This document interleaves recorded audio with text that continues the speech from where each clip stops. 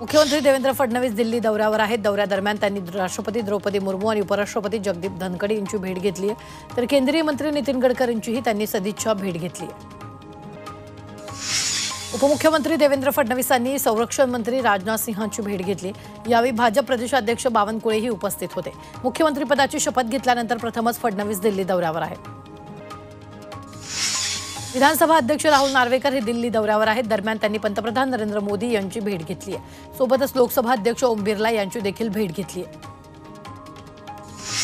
भाजपचे राज्यसभा खासदार अजित गोपछडे यांनी पंतप्रधान नरेंद्र मोदी यांची दिल्लीत भेट घेतली आहे। यावेळी त्यांनी आरोग्य, कृषी, सिंचन, शेती या विषयावर मोदींशी चर्चा केली, तर मराठवाड्यातील अनेक प्रकल्पांबाबत गोपछडेंनी पंतप्रधानांना निवेदन सुद्धा दिल्याची माहिती अजित गोपछडे यांनी दिली आहे।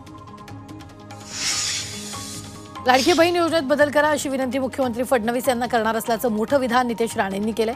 आदिवासी बांधवांना सूट द्या आणि त्यानंतर 2 अपत्य असणाऱ्या लोकांपर्यंत ही योजना पोहोचेल असा नियम करा आणि नंतर योजना सुरू करा अशी मागणी नितेश राणेंनी केली आहे। लाडकी बहीण योजनेबाबत नितेश राणेंनी केलेल्या मागणीवर काँग्रेस प्रदेशाध्यक्ष नाना पटोले यांनी तीव्र शब्दात नाराजी व्यक्त केली। जाती धर्माच्या आधारावर योजना राबवू नये असं आवाहन त्यांनी केलंय। लाडकी बहीण योजनेबाबत अफवांना बळी पडू नका असं आवाहन आमदार आदिती तटकरे यांनी केले।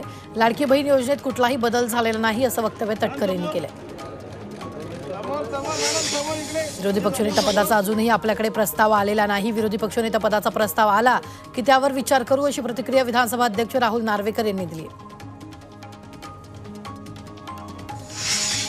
उद्धव ठाकरे नागपूर अधिवेशनात सहभागी होणार आहेत। नागपूर अधिवेशनाच्या पहिल्या दिवसापासून उद्धव ठाकरे उपस्थित राहतील। 16 आणि 17 डिसेंबरला कामकाजात सहभागी होणार असून त्यानंतर पुन्हा मुंबईला येणार आहेत। जिल्हा परिषद आणि महापालिकेच्या निवडणुकीसाठी राष्ट्रवादीनं कंबर कसली आहे। 15 डिसेंबरला विदर्भात राष्ट्रवादीकडून कार्यकर्ता मेळाव्याचं आयोजन करण्यात आले, तर नागपुरात होणाऱ्या या मेळाव्याला अजित पवार, सुनील तटकरे, प्रफुल्ल पटेल यांच्यासह राष्ट्रवादीचे प्रमुख नेते उपस्थित राहणार आहेत। शिवसेना उद्धव बाळासाहेब ठाकरे गटाचे नेते अंबादास दानवेंनी महायुती सरकारवर टीका केली आहे। सरकार सत्तेत आल्यापासून राज्यात कायद्याचा धाक राहिलेला नाही, दिवसाढवळ्या हत्या होते अशी टीका दानवेंनी केली, तर याबाबत अधिवेशनात आवाज उठवणार असल्याचंही ते म्हणाले। मला मंत्रिपदाची कुठलीही अपेक्षा नसल्याची प्रतिक्रिया भाजपचे जळगाव शहरचे आमदार सुरेश भोळे यांनी दिली। राज्यात आणि केंद्रात आमची सत्ता आल्यानं जळगाव शहराचा विकास हेच आमचं ध्येय असणार असं वक्तव्य सुरेश भोळे यांनी केलं। नाना पटोलेंनी मार्कडवाडीबाबत प्रतिक्रिया व्यक्त केली। मार्कडवाडीतील घटनेनंतर देशभरात आणि जगात चर्चा सुरू झाली, लोकांचा आवाज दाबणं सुरू आहे। बंजारा समाजाचे महंत जितेंद्र महाराज आणि महंत कबीरदास महाराज यांनी मुख्यमंत्री देवेंद्र फडणवीस आणि उपमुख्यमंत्री एकनाथ शिंदे यांची भेट घेतली। संजय राठोड यांना पुन्हा एकदा मंत्रिमंडळात संधी द्यावी अशी मागणी महंतांनी केली।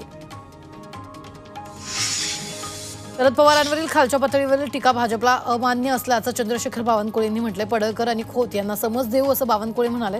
मार्कडवाडीतील सभेतून पडळकर आणि सदाभाऊ खोतांनी शरद पवारांवर जहरी टीका केली। दिलीप वळसे पाटलांनी खोत आणि पडळकरांवर टीका केली। राजकारणात एक सुसंस्कृतपणा असतो। पवार साहेब हे देशातले मोठे नेते आहेत, त्यांच्यावर टीका करणं योग्य नाही असं ते म्हणाले। तसंच खोत आणि पडळकरांनी पुढील काळात याची काळजी घेणं गरजेचं असल्याचंही ते म्हणाले।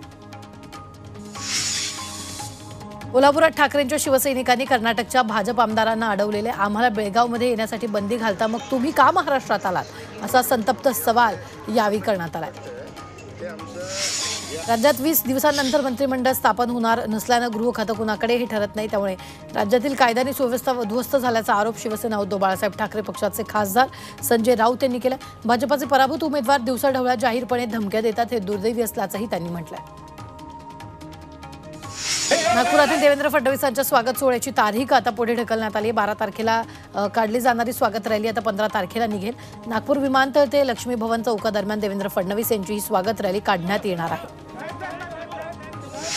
बारामतीमध्ये अजित पवार यांच्या भव्य नागरिक सत्कार होणार होता। अजित पवार सलग 6व्यांदा उपमुख्यमंत्री झाल्यामुळे बारामतीकरांच्या वतीनं 14 डिसेंबरला त्यांचा सत्कार होणार होता, मात्र काही कारणास्तव हा कार्यक्रम रद्द झालाय। मुख्यमंत्री वैद्यकीय सहायता कक्षाच्या प्रमुखपदी डॉक्टर रामेश्वर नाईक यांची नेमणूक करण्यात आली। याबाबत मुख्यमंत्री कार्यालयाचे सचिव श्रीकर परदेशी यांनी नाईक यांना नियुक्तीपत्र दिले। उपमुख्यमंत्री एकनाथ शिंदे यांचे निकटवर्ती असलेल्या मंगेश चिवटेंना या पदावरून हटवण्यात आले। शिवसेनेचे जालना विधानसभेचे आमदार अर्जुन खोतकर यांनी शिर्डीच्या साईबाबाचं दर्शन घेतले। खोतकर मनोभावे साईचरणी लीन झाले।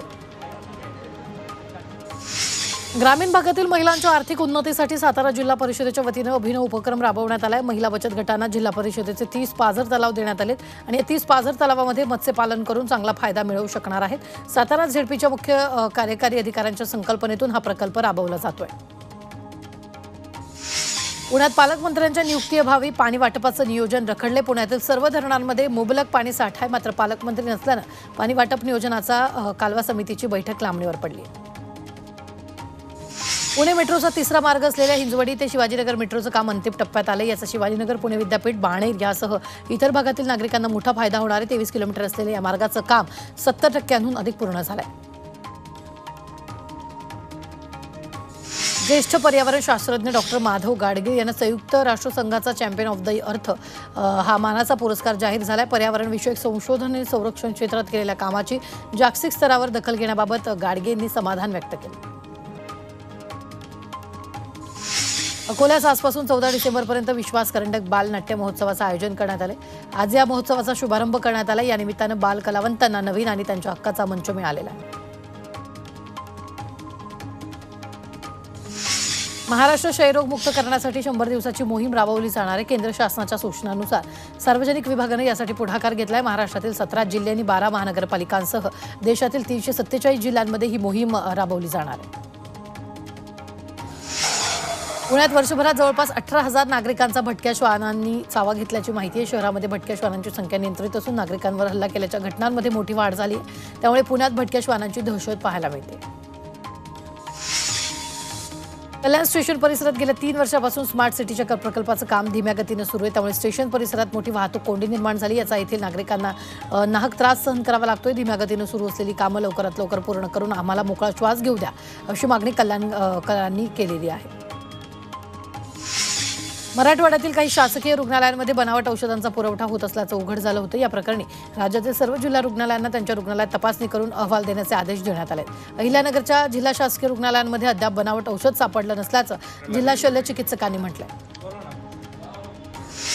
मुंबई हायकोर्टाच्या वकिलांनी मुख्य न्यायाधीशांना कोर्ट कॅम्पसमधील प्लास्टिक बंदी मागे घेण्याची विनंती केली आहे। कोर्ट कॅम्पसमध्ये पिण्याच्या पाण्याचे पुरेसे आणि परवडणारे पर्यायी स्रोत नसल्यामुळे अनेकांची अडचण होते। यामुळे एकेरी वापरल्या जाणाऱ्या प्लास्टिकच्या बाटल्यांवर केलेली बंदी रद्द करण्याची मागणी करण्यात आली आहे।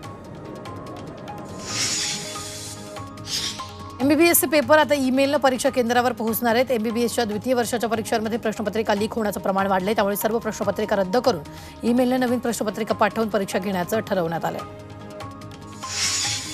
पुणे महानगरपालिकेच्या शाळांमध्ये सीसीटीव्ही बसवण्यात येणार आहेत। पुणे महानगरपालिकेकडून शाळांमध्ये सीसीटीव्ही बसवण्यात मंजुरी देण्यात आली। सीसीटीव्ही बसवण्यासाठी पुणे महापालिकेकडून 3 कोटी रुपयांचा निधी मंजूर झालेला आहे। विद्यार्थ्यांच्या सुरक्षिततेसाठी पुणे महापालिकेनं हा निर्णय घेतलेला आहे।